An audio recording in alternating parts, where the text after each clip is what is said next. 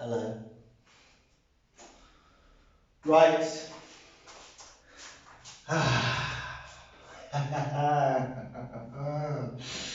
No, okay, I'm a bit calmer now. So I went to McDonald's. I was the only one there. I bought a double sausage egg McMuffin, obviously a meal. Went for a walk to Leicester Square. That just made me, I wouldn't say more sad, but it didn't make me feel that good. But I got in the sun, and now we're back. So we're going to do this. So welcome. It is such a shame because it's the first time that we'd had some new people in a long time, so I was excited about that. They were supposed to turn up to, they were going to give me a little bit more time to go over a few do's and don'ts. If you're not familiar with these, you can stay on this video now. If not, fast forward until I get to the cars bit. So for those people that are new, there's a couple of things that I want to go over with you, okay? And the first thing is, this is a new thing for you.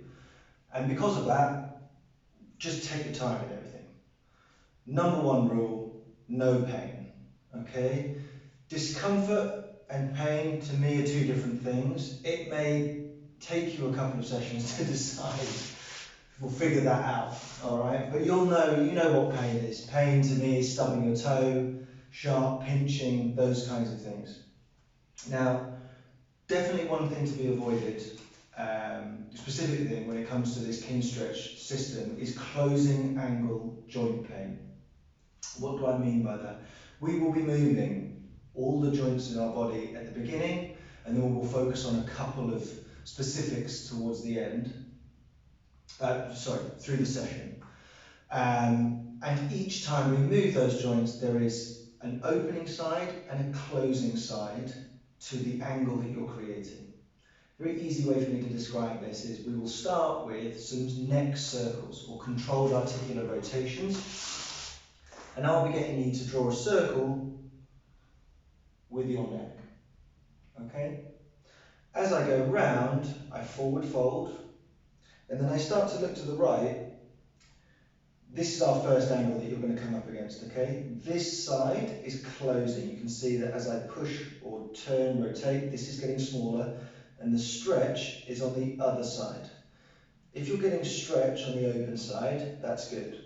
Pain on the closing side, described as maybe like a hard stop or any pinching, that would be something that we would want to avoid. So, because it's a class and I can't deal with you as an individual, we'll just say do not push into closing angle pain. I will, as we go through the session, describe where not to feel things, okay? And the first thing that you can do is just to not push into it. So if we're doing this neck circle, I don't want you to continue to follow through.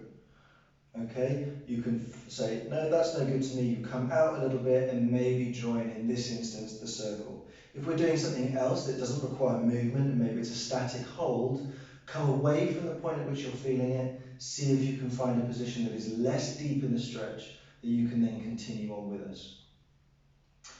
That brings us on to the second point, which is the idea of this class is for you not to 100% mirror what I'm doing. The whole point of the system is us to focus on a particular intention and then you to achieve that intention in a position that is comfortable for you, that enables you to focus that. So if you've got your screens on, you can see other people. We've got some very bendy people here, and we've got some people like me who are sort of in the middle, and then we've got some people who are stiff as a board. All right, you need to find the positions that make sense for you, okay? That will bring us towards things called lateralizations, okay? And I will say, if this is no good for you, these are some things that you can do in order to find a different position so you can focus on the intention. So the idea is not, we always say intention is more important than position, okay?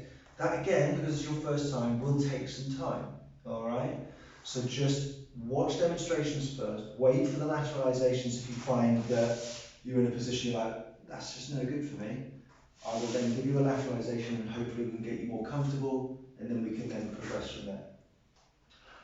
What else can I say? Oh yes, so there's going to be some terminology, obviously, that comes with this. You know with this, if you've done a bit of yoga, there's names that you've never heard of before. You hear a name and you're like, what's this? You have to watch somebody do it. We use some terminology. I'll use things called pails and rails, but I will always, which is a name of a thing that we do in this session. Again, just wait because I give the technical term and then I will then try to explain it. Okay? So don't be rushing into positions. Take your time with it today, enjoy it. And I'm always interested in feedback, okay? Particularly from the first timers, but also from everybody else as well, because we are trying to build a community here and actually teach you some things, as well as giving you an opportunity just to have some supervised exercise, okay? So without further ado, oh, and yeah, lastly, and if everybody joins in on this, and this is true of most Kinstretch classes that I do, if you have access to a tennis ball, or, I mean, this isn't a tennis ball, it's a ball, all right, a couple of yoga blocks, okay, if you don't have a tennis ball, you can use anything like a ball of sock, anything that you can sort of grip onto, and if you don't have yoga blocks right now, you can use, I don't know, books of a similar height. They can just help with some of the stuff that we're doing and enable you to achieve um, different positions so that you can again focus on the intentions. Other things that we sometimes use are like a broom handle without the broom on it. Okay, that's not going to happen today, but just having all of those things available to you, maybe even a towel as well, that can help sometimes. Um, but apart from that, everything you should be able to achieve using your body. Okay. Okay. Today we're going to be focusing on, and for the rest of this month actually, so we're going to start the session with our controlled articular rotations, and then it will be going into the main bulk of the work. And this month we're focusing on shoulders first, and then finishing with some hip flow. You don't have to worry about that too much now, okay? At the end, but the main bulk of the work today and throughout November is going to be shoulders first, okay? And that's going to happen in both sessions, maybe some slight variations on Tuesday and Saturday, okay? Just in case you're turning up to both. All right? Okay, let's do this. Now, because I have to do this and I don't want to be moving the camera all the time, often, particularly for this beginning bit, I will remain in this seated position. I may change to come up, all right, or I might go to a half kneeling position. The idea is for you to be able to focus on what I'm calling out. So if this is not an achievable position for you, by all means, you are welcome to stand, you can kneel, you can swap in between, okay? So the focus is now moving each joint in turn and being able to focus on that, not thinking my ankles are going to explode if you're in this position, or the discomfort you're feeling elsewhere in your body. All right, without further ado, hopefully everybody else has joined in now. I want you just to find a position that you're comfortable in, standing. I'm going to stay here kneeling, one hand on chest, one hand on abdomen, and we're going to move our neck in a circle. So I'm going to ask you now to go for a double chin, start to fold down towards your collarbone, only moving from the neck. You're then going to rotate and trace your collarbone to the right, keeping the neck down. Look over the shoulder, put your ear behind your shoulder, start to feel that stretch on the outside. Take the chin towards the ceiling.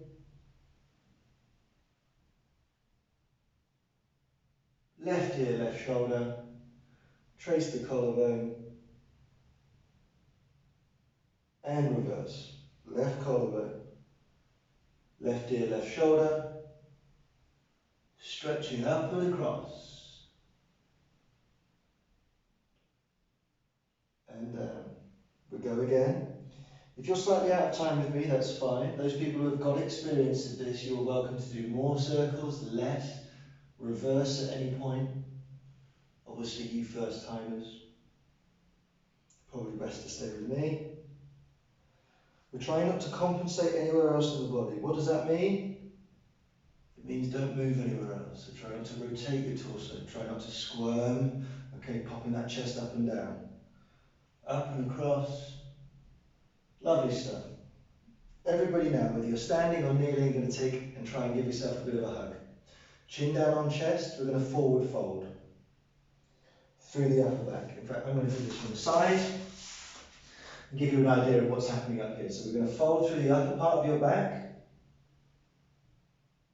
rotate to the right, keep the hips facing forwards, take your right shoulder and flex into your right pocket. Don't fall over. You should feel that across your rib cage. Now take the shoulders, elbows to the ceiling, across the body, rotate, left shoulder, left pocket, forward fold.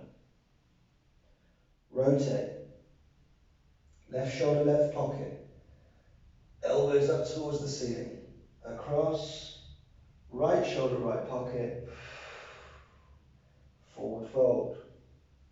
Same again, rotate.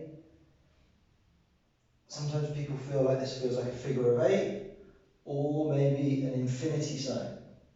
Anything that helps you just move through that upper back, rotate to the left, left shoulder, left pocket, elbows up towards the ceiling without falling over, and across the body, right shoulder, right pocket.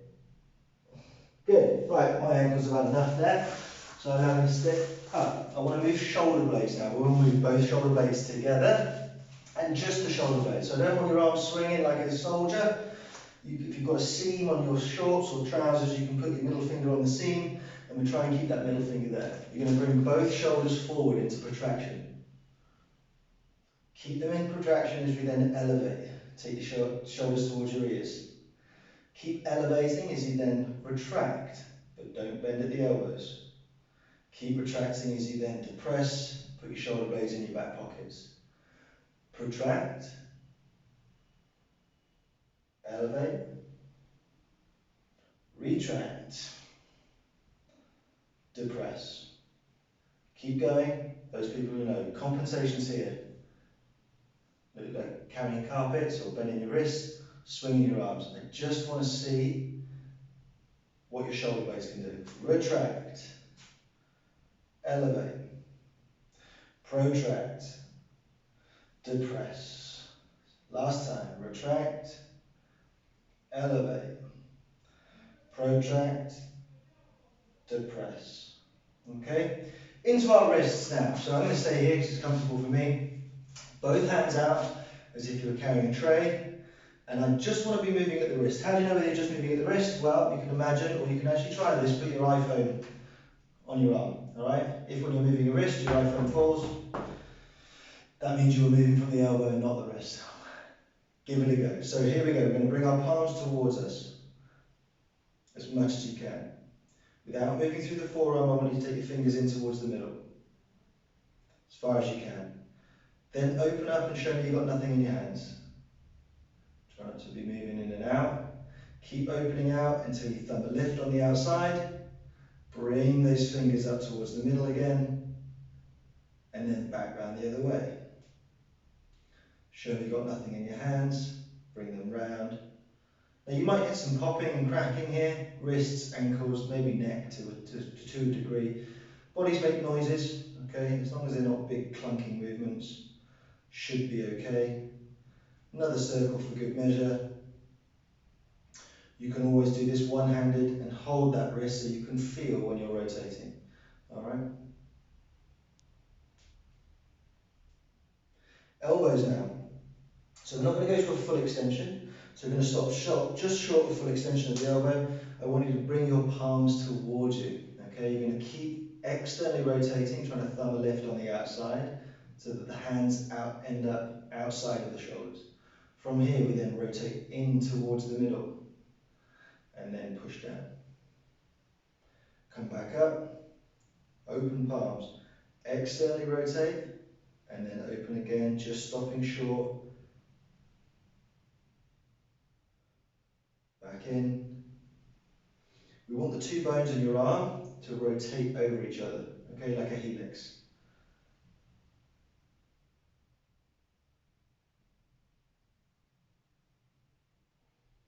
Okay, into shoulder. I like to do this with a half kneeling position, but you can remain standing. Okay, we're going to go open palm, You're going to bring the arm across the body with a straight arm. A little bit of adduction here. Once you reach the end of that, you're going to then start to bring up your arm, up across your face, up towards the bicep, towards your ear. Okay? If you can't reach there, because you don't have the room in your shoulder, alright, and how do you know? Because it will get to here, and then you'll start to lean back through your upper back. That's the point at which you stop. Alright, so if you don't have very good shoulders, work with just moving the shoulder and nowhere else. You come across the body, up as high as you can, with a rib cage down. Start to rotate your thumb towards the floor and reach back into extension. Keep rotating, almost like you're in a relay race. Come down to the side of your body. The back of your hand is now facing the inside of your leg. You're going to stretch back, rotate the thumb towards the ceiling without rotating through the torso, bring up and across. Keep going, second round. Up, bicep to ear, rib cage down. Rotate from the shoulder, stretch behind you. Down. Now we do have some experienced people here. CARS is the cornerstone of this whole system. It maintains your end range. If you don't use it, you lose it. That person with a big hump on their back, that didn't happen overnight. That's because they never went backwards like this. They just stayed in that position. Okay, so maintains range. Other side, open palm. It improves the function of that range. So if at the moment you're moving, regardless of how big the circle is, and you're having to put in a lot of thought behind it, or it's a bit clunky like the second hand on a clock, it will smooth out the more time you give it. So it improves range. Reaching back, relay race, shoulder back. Rotate thumb up towards the ceiling, up and across. And the third reason is it's a self-assessment. This is your daily MOT. If you go out, I always use this example, but if you go out and you play tennis one day and it's been a while, that one arm is going to feel completely different to the next. You have a long drive in the car, you wake up the next day and you're like, oh, my back's killing me.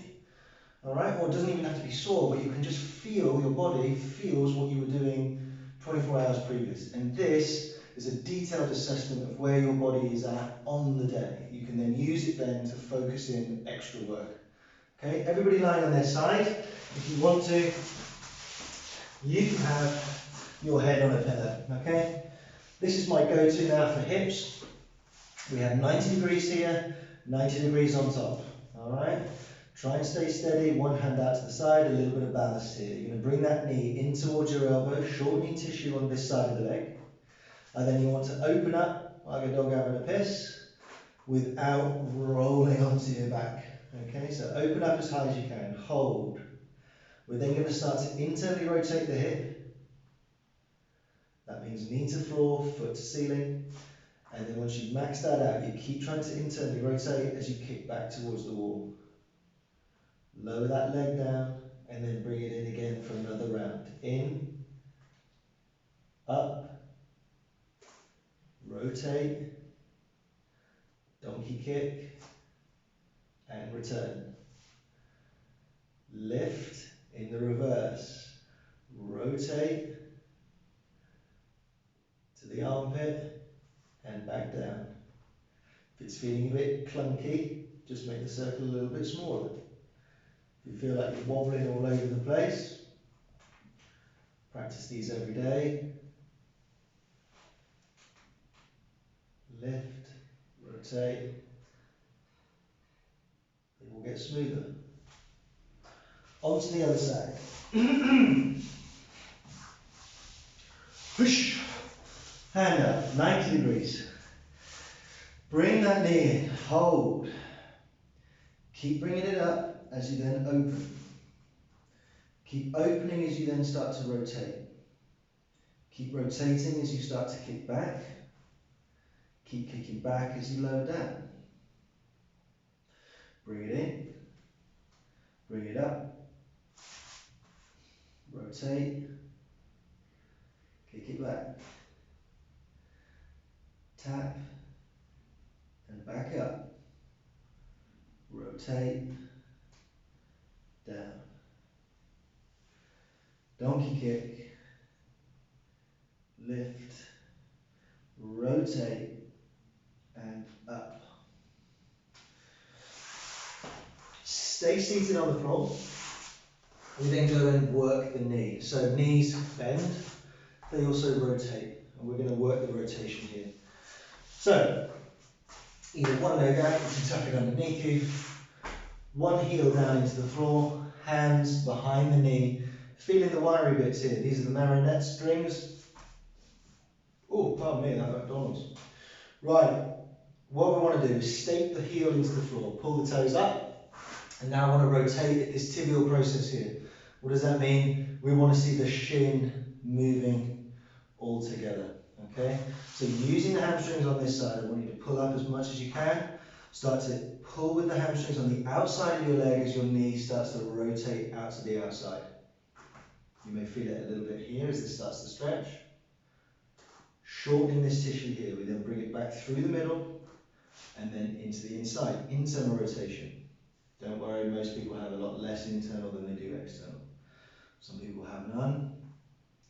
External rotation. Why would this be important? Well, particularly going through lockdown, guys, I'm sure a lot of you will be going out there to run.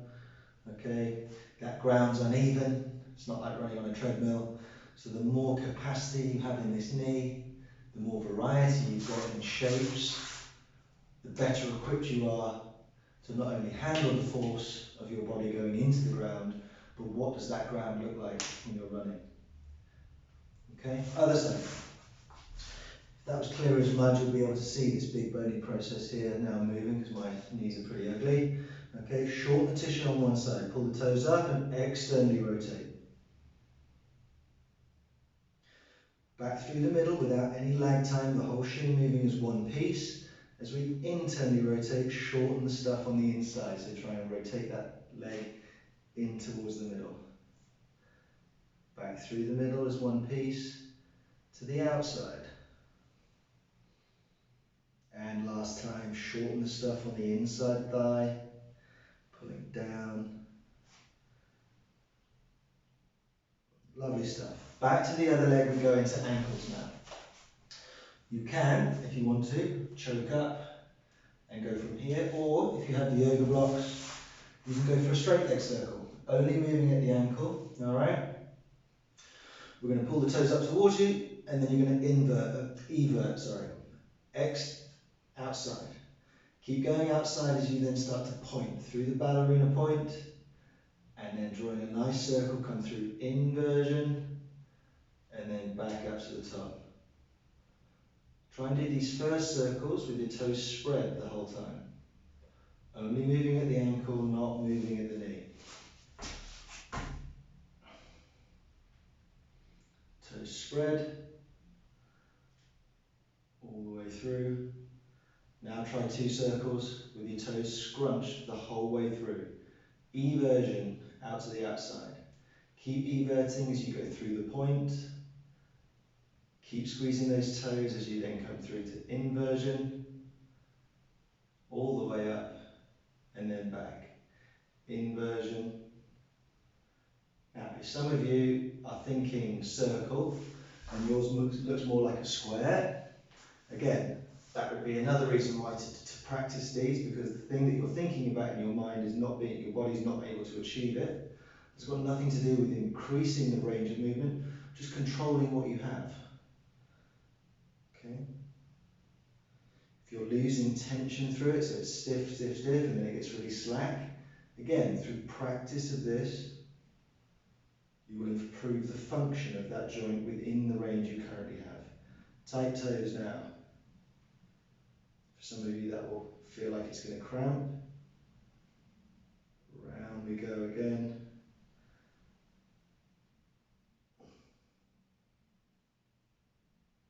Okay, last thing we do is toes. So, point the toes, keep them pointed as you then pull them up towards you, and as soon as they're flat on the floor, leave them where they are. We want to maintain ball of the foot underneath the little toe as well, and the heel down. No rolling in and out, and I want you to lift all your toes up off the floor. Put them down. Big toes down, little toes up. Down. excuse me. Little toes down, big toes up. It's hard for me. Down, all toes up, and give them a spread. See if you can put your little toe down first. All toes up, all toes down. Big toes down, little toes up, but without rolling in towards the middle. Down, little toes down, big toes up. All toes up, spread, put them down. Alright, that is not only a daily routine, but that's how we start every session. So as promised, we're now going to go into, we're now going to go, oh, what's happening here? That's better. We're now going to go into the shoulder work, okay? So I want to start with a little bit of work through these scapulas, okay, or shoulder blades. Now the position that we're going to find to start with is going to be face down, and we're going to try and take ourselves into as much retraction, so shoulder blades coming together, as we can find, okay? For some of us, the floor is not going to be going to get us into that position, so we may need to use yoga blocks. If you do not have yoga blocks today, do not worry, there is still a way for us to find the intention that we need.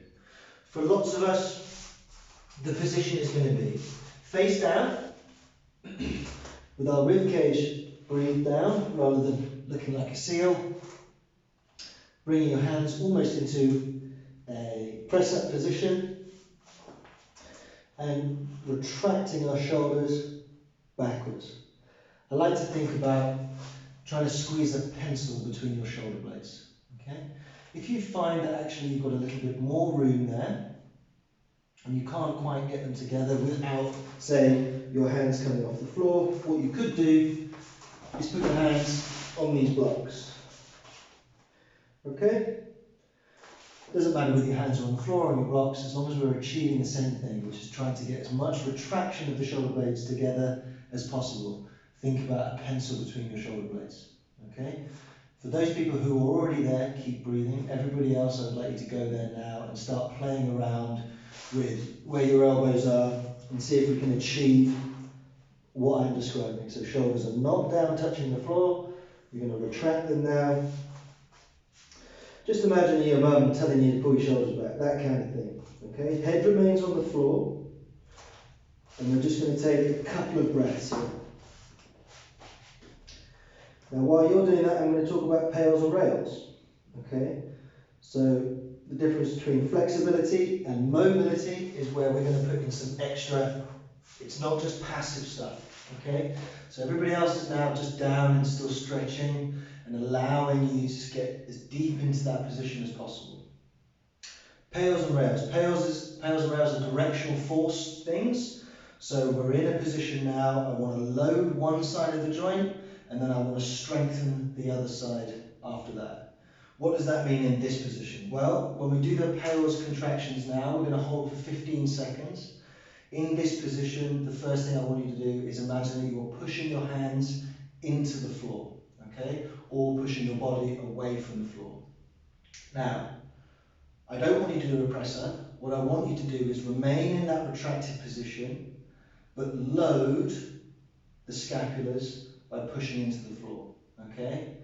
After 15 seconds, we will swap that, and then I will ask you to try and pull your shoulder blades together even more. Your hands will then feel light, although I don't need you to lift them. I just want you to focus on squeezing those shoulder blades together. Face down. Everybody's been breathing here for a little bit. Shoulder blades pulled together as much as you can. Take a breath. I want you to start pushing your hands into the floor with 20% of your maximum effort. Take that to 40% now. Keep pushing. Take it to 60% of your maximum effort. Remember to keep your shoulder blades together. Hold it at 60 for another 10 seconds. Pushing into the floor or pushing into the blocks. 4, 3, quick as a flash. I want you to now try and pull your shoulder blades together even more. 20% of your effort. Squeeze those shoulder blades together. We're going in the opposite direction now. Up to 60 and hold.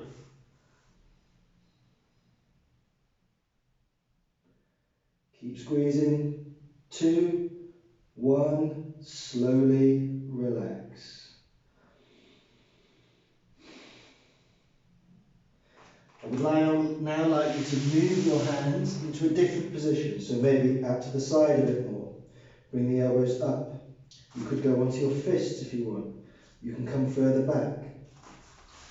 Wherever your new position is, we're still focusing on the scapula. So we're going to go for another round of pails of rails, dialing up and down on the intensity.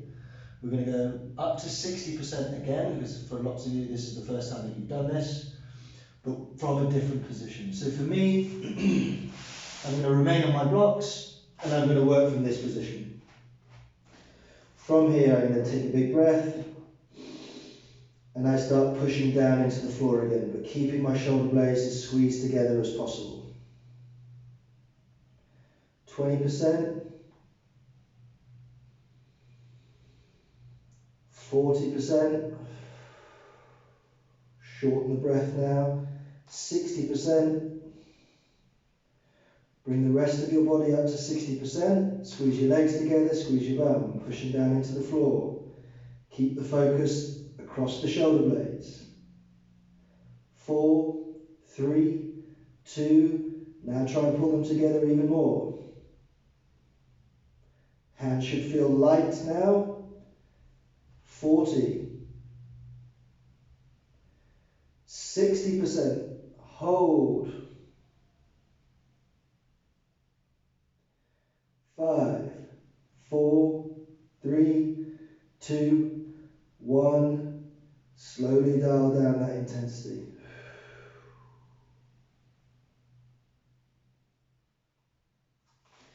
Everybody come out there. Whatever position you're in, you can either go back to standing, or you can sit with me kneeling.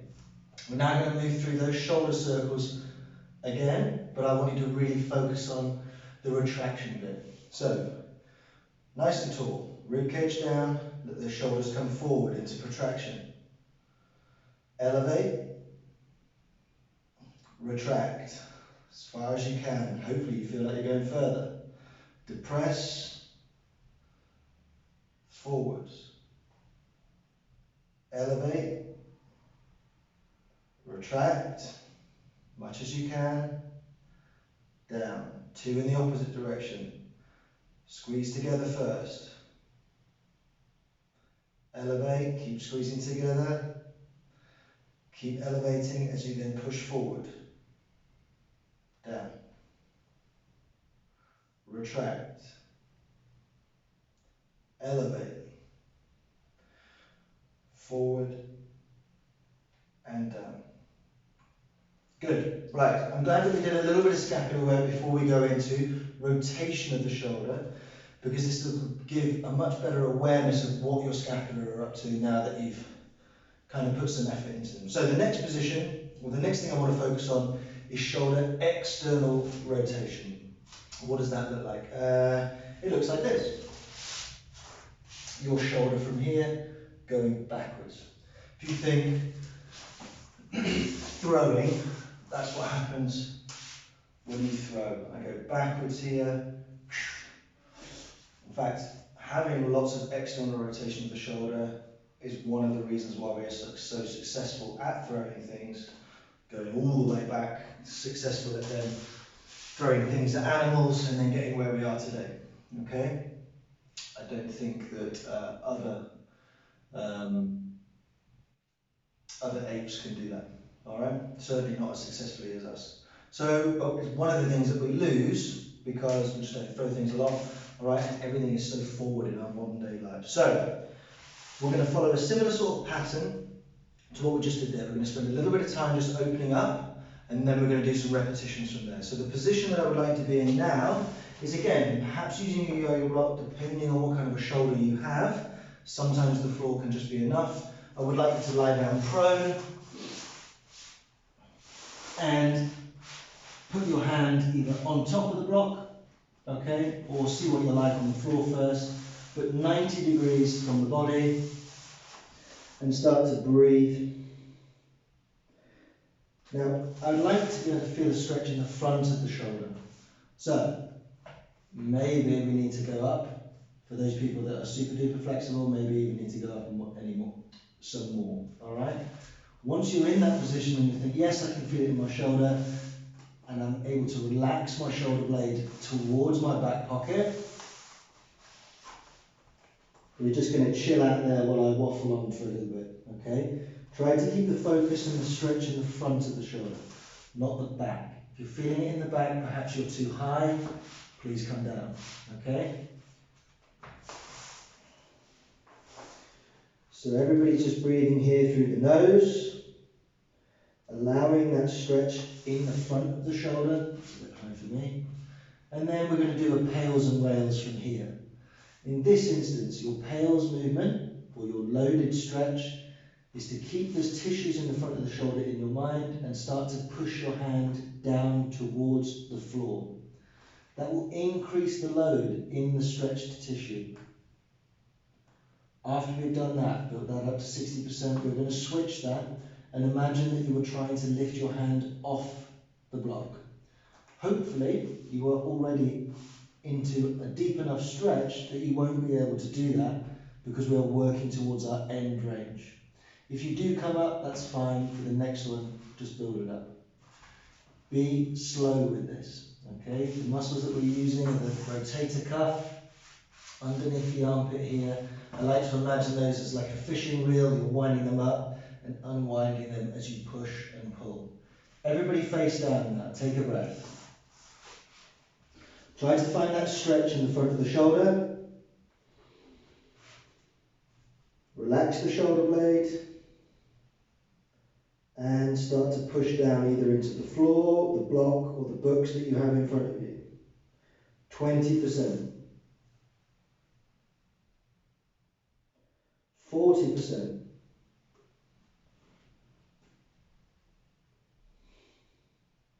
Up to 60 and hold.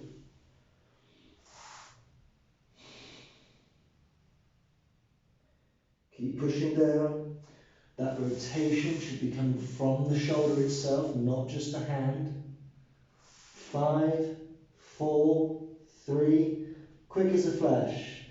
All the muscles that would help you now try and get that hand off the block. Keep the shoulder blade down towards the back pocket. 40%. 60%.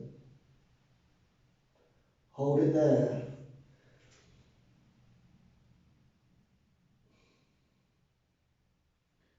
5, 4, 3, 2, 1. Relax. See if you can either build yourself up a little bit more or just readjust your body. If you were lifting your chest up, try and breathe your rib cage down a little bit more, and that will take you into a little bit more stretch. If you've got a yoga block, maybe that's too much, you just bring it a bit closer towards you, and now you're into a little bit more. Okay? Second round, take a breath. And push down into the block. 20%. 40. From the shoulder, that stuff in the front of the shoulder now is on stretch and it's loaded. 60. Keep pushing down. 5, 4, 3, 2, switch that movement, tighten up that fishing reel and try and lift your hand off the block. All the muscles in the back of the shoulder that would help you lift your arm now. Try not to shorten at the elbow. If you feel like you're doing like a bicep curl, just relax through that first. Trying to get space between your hand and the floor or the block. Hold it at 60, 4, 3, 2, 1, and relax. Out we come. come, and now I want to move through that range a little bit. So, coming up into this shape here, 90 degrees of abduction, abduction, 90 degrees at the elbow. I want to fold down and then go backwards, which is what we just trained. Without lifting the rib cage, I want you to work that arm as far back as you can without dropping the elbow. Come forwards. Open.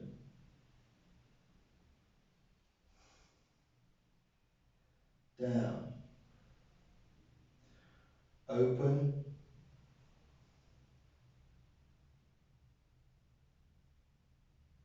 Down.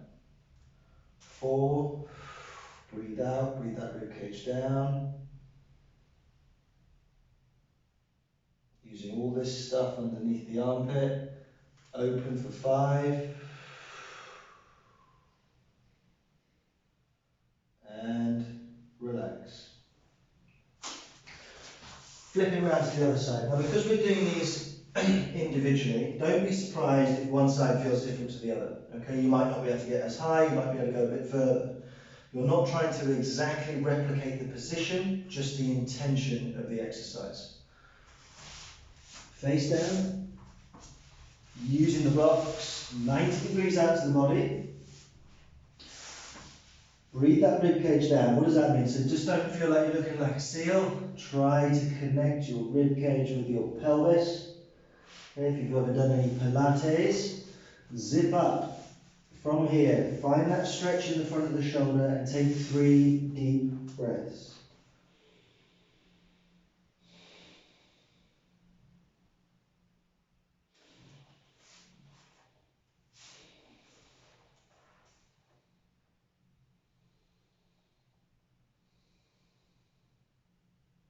Take a breath in.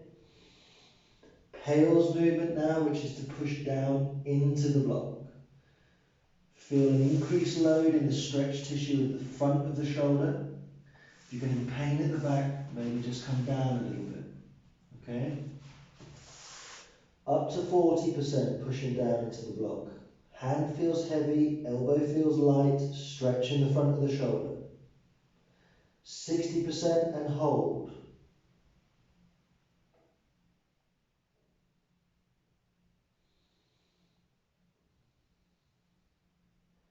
3, 2, 1. Switch that now. 20% into the tissues that would help you get that hand off the block. Shoulder blade should still feel like it's in your back pocket rather than hitching up towards your ear. Winding up. Hold it at 60.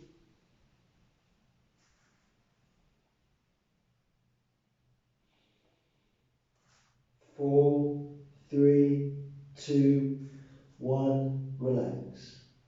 Remember, I do not want your hand to come up here. If it is coming up, that's fine, we've got another round to do, but it just means that you're not working at your end range. So build it up a little bit. If you've got nothing to build it up for today, obviously your hand's coming up, that's fine. We'll try and find something else for next week that will enable you to achieve end range position. A second round. Some of us might not need to go up any higher at all. Take a breath. Rib cage down. And start to push down into the block again. 20%. Don't let that shoulder move. It's just a rotational element. Hand feels heavy, elbow feels light.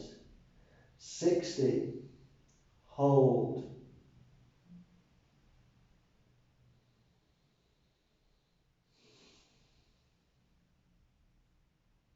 4, 3, 2, 1, and externally rotate. Everything underneath the elbow, or underneath the shoulder that's going to help you lift that hand up. 40%. Shoulder blade in the back pocket.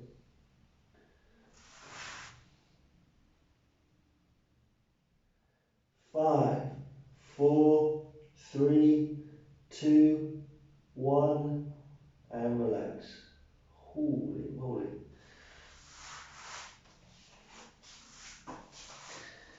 Back into the shoulder capsular cars, or controlled articular rotations. Hand up to the side. We're going to come forward, just down to horizontal, rib cage down as we work backwards now, without dropping the elbow, without doing a bicep curl towards your ear, working to more external rotation. All of this stuff underneath the elbow, underneath the shoulder, underneath the armpit working. The big muscle, the lat, is something that helps with external rotation. You can see that I've got my hand on my collarbone there to stop me hitching up, working backwards. 3, 4,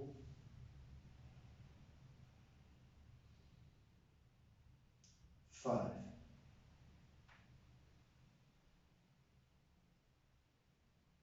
Okay, I want to put some of that into a little bit of movement now. So if you do have a tennis ball, now would be the time. I'm going to continue to use this block, but it's unnecessary for all of you, just to give you an idea of what's happening. So it's still going to be face down. We're going to start 90 degrees abduction, here. Okay? What I'm going to do is I'm going to train the movement that I've just stretched into, which is external rotation, and then going to add in a movement element to that, or what we call a hover. Okay? The block is the object that I'm going to hover over. If you are struggling, if you can't get your hand up that high, you can either have something imaginary or a pen. Really just want something, or you can just imagine something that you're going over. Okay? The point of this exercise is to maintain as much external rotation, which is what we just trained, as possible.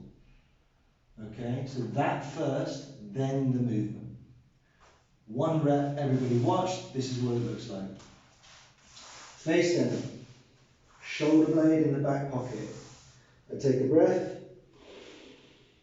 I externally rotate, so slowly bring on enough intensity to get that hand up off the floor. Maintaining as much of that height as possible, and then start moving inside, so bending at the elbow as much as I can, place down. I then externally rotate from there, and then back over my object, trying to fight for as much height as I possibly can, and down. That's 1 rep. We will then do 4 more reps. Okay? I say again, the point of this is to maintain as much external rotation as possible, and then you can start thinking about the movement. Okay? Be conservative with the object that you're trying to get over. Okay? This is pretty hard for me, so I'm going to stay here. Everybody face down, squeezing onto a tennis ball, or you can just make a fist. That's absolutely fine. Take a breath, rib cage down. Start to externally rotate, which means all those, the idea of the fishing reel in your mind. Elbow down, hand feels light as it comes up towards the ceiling. Make sure you get to a maximum height first. Maintain that height now as you then shorten at the elbow and come hover over your object, making sure that you're in as much external rotation as possible. Place down. Externally rotate up. Hover over the block. Place down. Lift. Don't let that shoulder blade come up towards your ear. Over. Place down. Up as high as you can. Back over. Touch. Lift. Over. If you're too tired now, just stop and watch. For those who can continue, keep it going. Externally rotate. Out to the side, place down. Lift. Up. 4, up, over. Remember, we're fighting for as much external rotation first, that's the main priority here. Last one, up, straight wrists, over, place down, lift, out, place.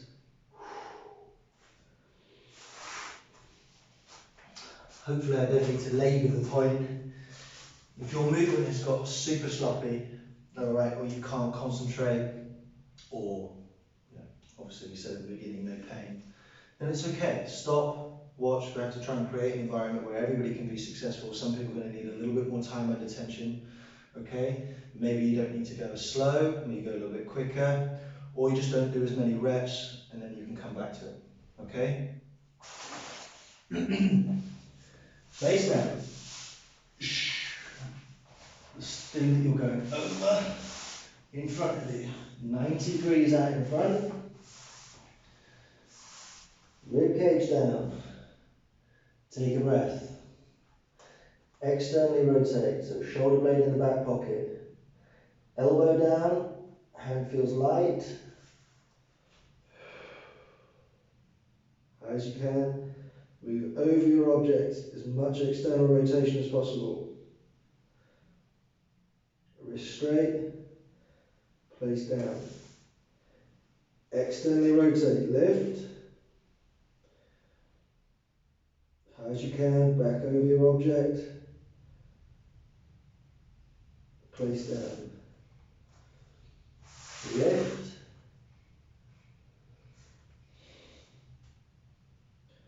Over. Place. Lift. Over. Externally rotate as much as you can. Keep holding that as high as you can as you move over the block, or whatever it is. Lift again. Out. Down. Lift.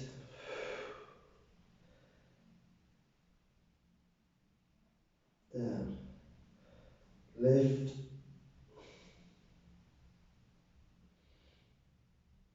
Last one. Externally rotate.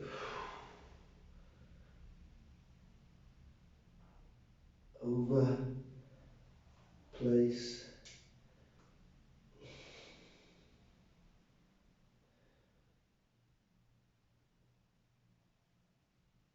And finish.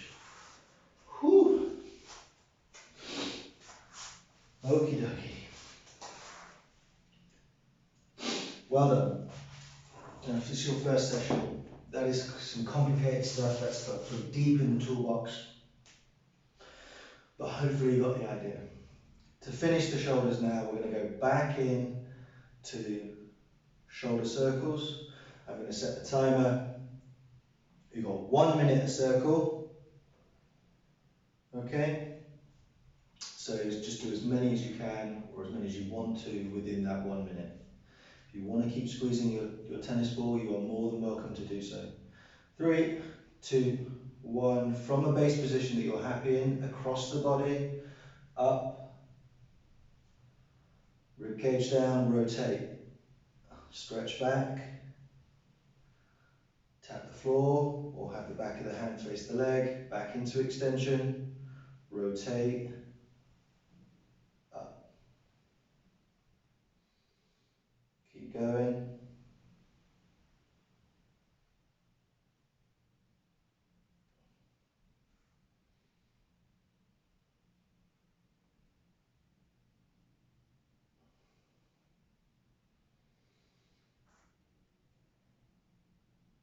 Rotate.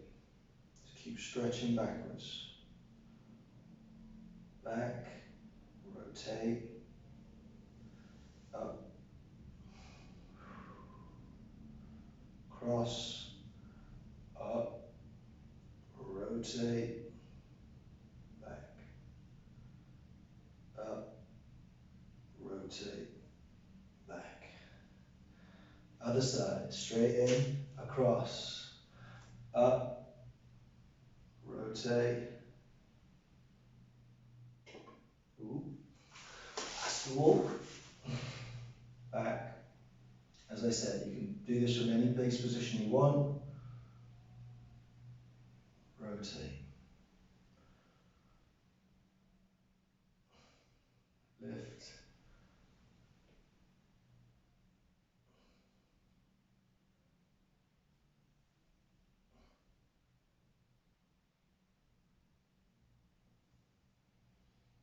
Last couple.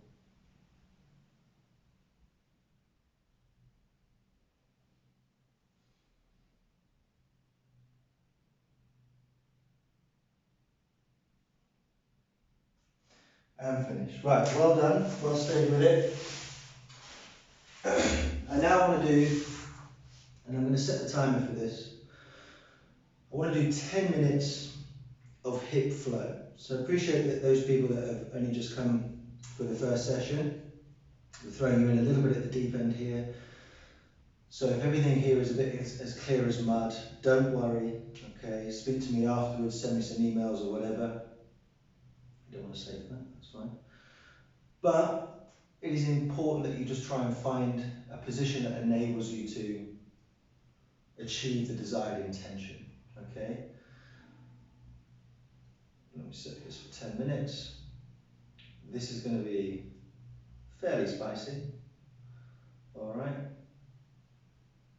Okay, here we go. So everybody, I would like you to familiarise yourself with the 90-90 base position. That's this, okay? Called so because it's 90 degrees here, 90 degrees here. For this first bit of the sequence, we're going to be focusing on the front leg. And therefore, if this is a problem at the back, you are able to adjust that accordingly. You don't need to be out here, okay? Sometimes what can help is perhaps maybe propping yourself up a little bit onto a cushion. That can also help you. Or, if you can't sit upright, you're allowed to be out here, that's fine. I just need you to get comfortable in this position with 90 degrees at the front. 5 repetitions. I want you to think about trying to get this foot higher than this knee using the outside of your hip.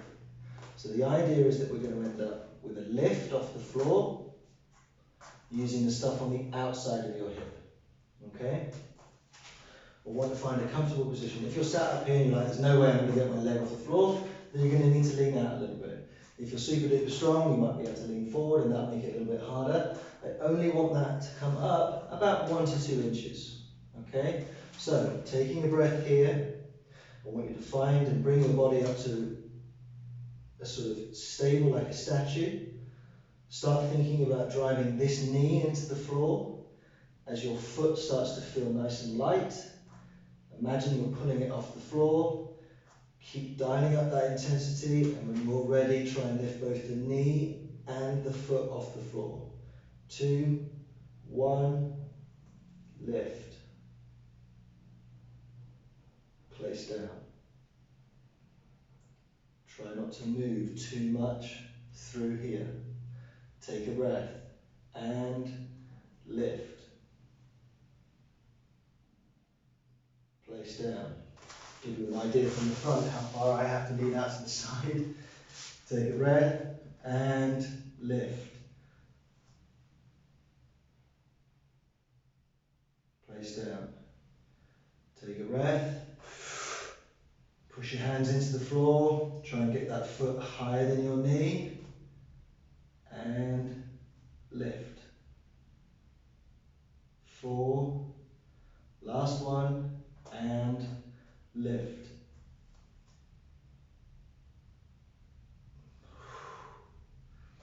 Staying on this leg. I'm going to do 5 more with a lift. And then I want you to pull your heel towards your hamstring. Okay? What that looks like from the side here. Number 1, lift, curl. Back to where it was, place down. Same again. Everybody now, push your hands into the floor, think about your foot getting nice and light, and lift, pull, back, place down. If you're feeling spicy, you can lift your hands off the floor. If you're getting fatigued, lean further away, and lift, hold, pull, back, down, lift, pull, back, down. One more, lift, foot higher than the knee, pull, back, down. A little bit of a rest. This time it's a lift, and you're going to try and straighten the leg as much as you can. Alright, here we go. Lift, straighten, back, place. Imagine you've got a cup of tea on your, resting on your ankle. Number 2, ready? Lift, straighten, back, place. Try to reduce the amount you're moving. How do you do that? Make the lateralization early doors. I'm now on my forearm to give you an idea. Take a breath, lift, straighten, back, place, lift, straighten, back, place. Last one, lift, straighten, back, place. Okay, everybody transition to the other side. It's a lot of talking from me today, so stay with it, we're nearly there, inside the last 5 minutes. Now, again, left and right are going to feel slightly different for you, okay? You might be able to go a little bit higher. This is my weaker side, so I'm going to have to start even further out than I would do on the other one. 5 with just the lift. So imagine you've got a cup of tea here, you're trying to get that foot higher than the knee, but they will come off the floor together. Take a breath. Start to think about all the muscles that would help you get that foot up. Start to dial them up. And when you're ready, 2, 1, lift. Down. 1, 2. You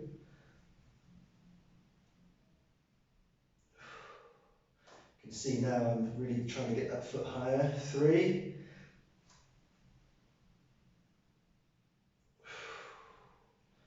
4.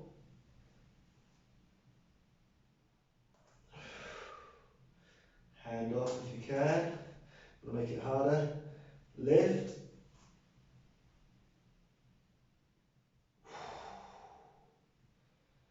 Take a rest. Next 5.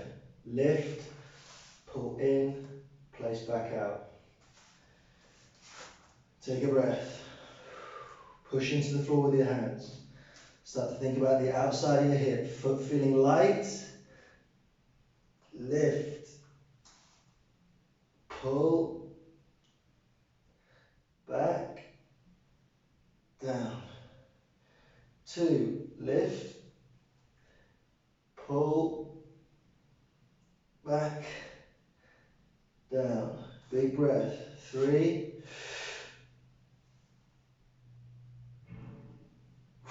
Fight to get that foot higher than the knee. Down. 4. Pull.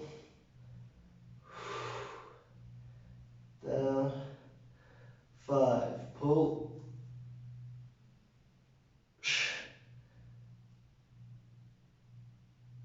Down. Excellent.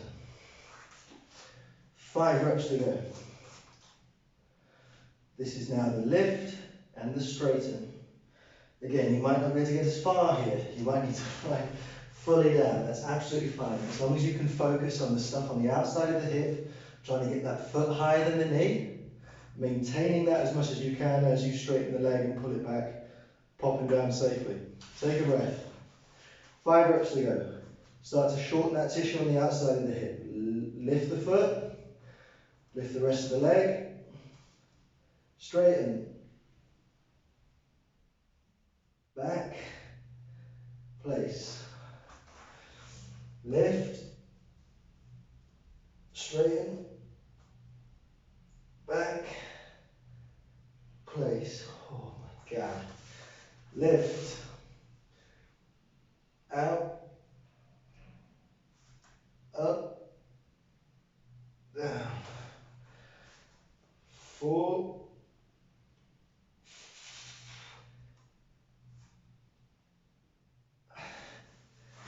and lift, out, back, place. Okay. Everybody just takes a position, maybe in the bear sit, legs wide, teddy bear. Take a couple of breaths.